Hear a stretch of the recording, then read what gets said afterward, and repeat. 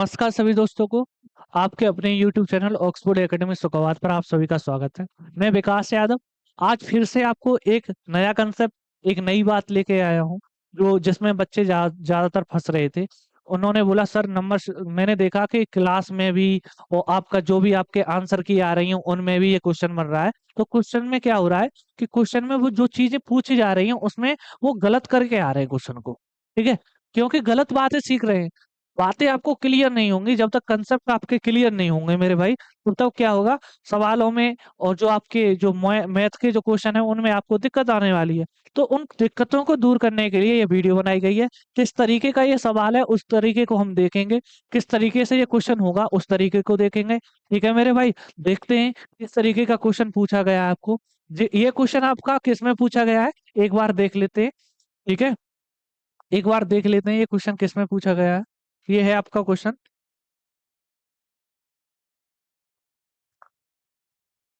ये गया आपका क्वेश्चन।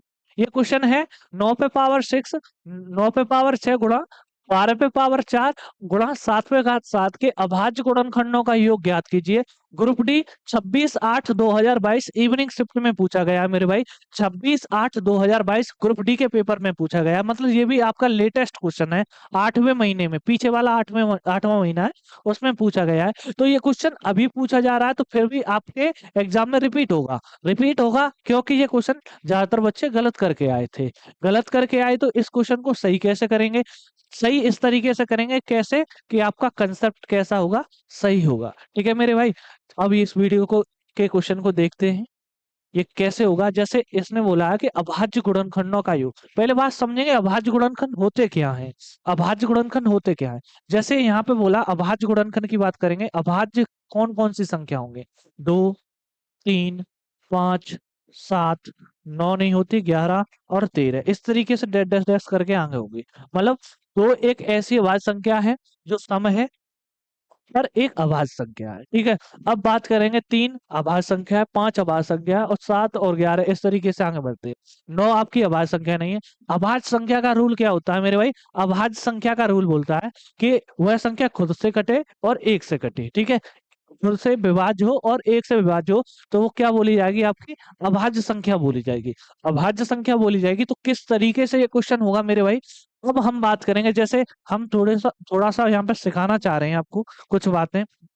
जैसे आपके पास दो हैं, 2 पे पावर 1 का मतलब क्या होता है? दो। अगर हमने 2 पे पावर 2 कर दी तो क्या हो जाएगा? मेरे पास 4 हो जाएगा। 4 कैसी संख्या है?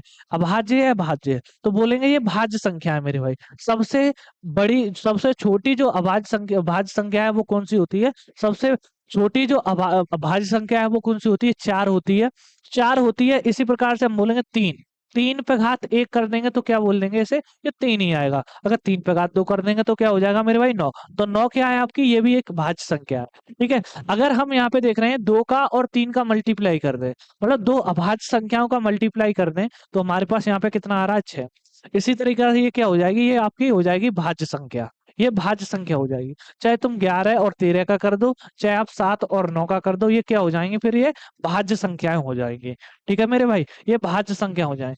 चाहे आप क्या करें, चाहे आपका स्क्वायर हो रहा है, क्यूब हो रहा है, तब भी आप क्या हो रहे हैं? तब भी क्या हो रहा है मेरे भाई? तब भी आपका क्या हो रहा है? भाज्य संख्याएं बनेंगी।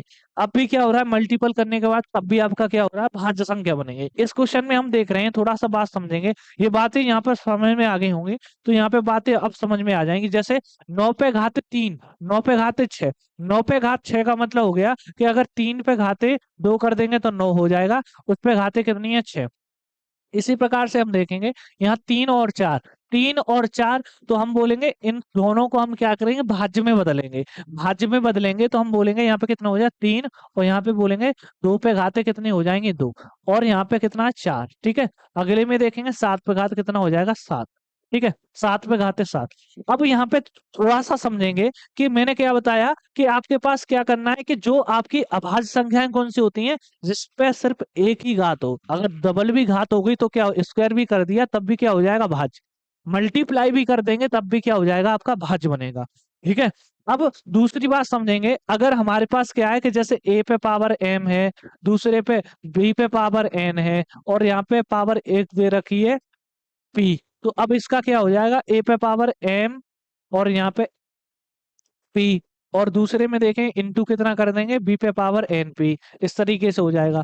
अगर हमारे पास इस तरीके का दे रखा है, मतलब इन दोनों का मल्टीपल होता है, ऐसे ए पे पावर एम है, उस पे पावर एन हो गया, तो क्या बोलेंगे, ए पे पावर एम एन हो गया। ये हो गया आपके क्या, घातों के रूल। घातों के रूल, यहाँ तक बातें समझ में आ गई होंगी सभी को। तो हम यहाँ पे देख रहे हैं, जैसे तीन एक अभाज्य संख्या है, दो तीन एक अभाज्य संख्या है, दो एक अभाज्य संख्या, सात एक अभाज्य संख्या है। अब इसका क्या कर रहे हैं, इन्होंने बोला है इन्होंने बोला है कि अभाज्य गुणनखंडों का योग। अभाज्य गुणनखंड मैंने क्या बताया कि अभाज्य गुणनखंड क्या हो सकते हैं, जिसपे घात एक लगी हो। अगर उस पे घात दो भी कर दी तो क्या हो जाएगा, वो अभाज्य गुणनखंड नहीं रहेगा, भाज्य गुणनखंड हो जाएगा। जैसे तीन है तो तीन को सिर्फ एक बार लेंगे तो तीन आ गया। ठीक है, यहाँ पे देखें तीन एक बार लेंगे, तीन तीन कितने भी हो कोई दिक्कत नहीं है, हमें सिर्फ तीन एक बार लेना है। दो दो एक बार लेना है। सात कितना है, सात एक बार लेना है। तो हम बोलेंगे तीन और दो और सात कितना हो गया, तीन दो पांच और सात कितना हो गया मेरे भाई, सात हो गया आपके पास 12। तो आपका जो राइट आंसर होगा मेरे भाई वो कितना होगा, 12। ठीक है, यहां बातें समझ में आ रही हैं आपको। मैंने क्या बताया कि आपको सिर्फ अभाज्य गुणनखंड लेने हैं, अभाज्य संख्याएं लेनी है आपको। अभाज्य संख्याओं का मतलब क्या है, अभाज्य गुणनखंडों का मतलब क्या है, वो संख्या खुद से घटेगी या एक से घटेगी। तो ऐसी संख्या तीन और दो और सात ही हो सकती है, अन्यथा कोई हो ही नहीं सकती इसमें। तो तीन और दो और सात हम जोड़ेंगे तो कितना हो गया, योग कितना आ गया मेरे भाई, 12। तो 12 आपका क्या है मेरे भाई, राइट आंसर है। इस तरीके का क्वेश्चन अगर एग्जाम में फिर से आए तो आप आसानी से बना लोगे। ठीक है मेरे भाई, आज के लिए बस इतना ही। अगर वीडियो आपको अच्छी लगी हो, अगर वीडियो आपको अच्छी लगी हो तो वीडियो को लाइक करना, वीडियो को ज्यादा से ज्यादा शेयर करना और चैनल को सब्सक्राइब करना। ठीक है मेरे भाई, धन्यवाद।